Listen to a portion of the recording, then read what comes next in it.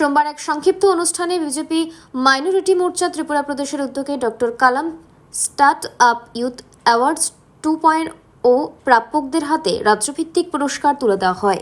ত্রিপুরা প্রদেশ BJP কার্যালয়ে আয়োজিত এই অনুষ্ঠানে উপস্থিত ছিলেন বিজেপি রাজ্য সভাপতি তথা রাজ্যসভার সাংসদ রাজীব ভট্টাচার্য, বিজেপি মাইনরিটি মোর্চা রাজ্য সভাপতি বিল্লাল মিয়া সহ অন্যান্যরা।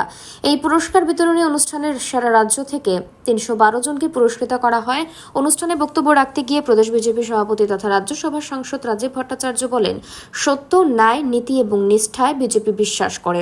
প্রধানমন্ত্রী নরেন্দ্র মোদীর স্বপ্ন বিকশিত ভারত গড়তে জাতপাতের ঊর্ধ্বে উঠে সকলকে এগিয়ে আসার আহ্বান জানান তিনি।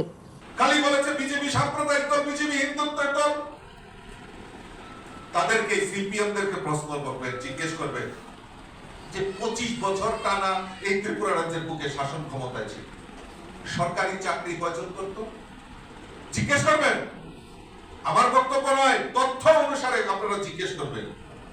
0.5% সিপিএম এর সময় সরকারি কর্মচারী ছিল। মুসলিম সম্প্রদায়ের মাত্র 0.5%, অর্থাৎ 200 জন সরকারি চাকরির মধ্যে একজন মুসলমান সরকারি কর্মচারী খুঁজে পাওয়া যায়।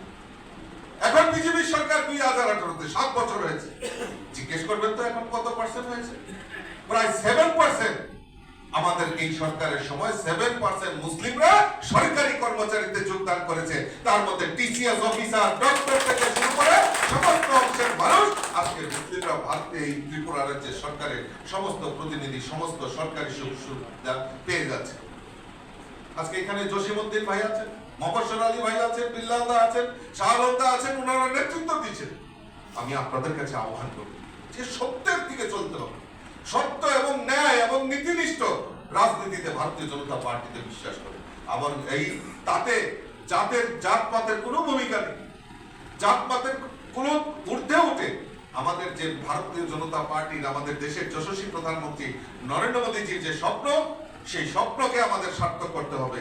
বিকশিত ভারত আর সবকা সাথ, সবকা বিশ্বাস আর সবকা প্রয়াস নিয়ে আমাদের সরকার পরিচালিত হচ্ছে।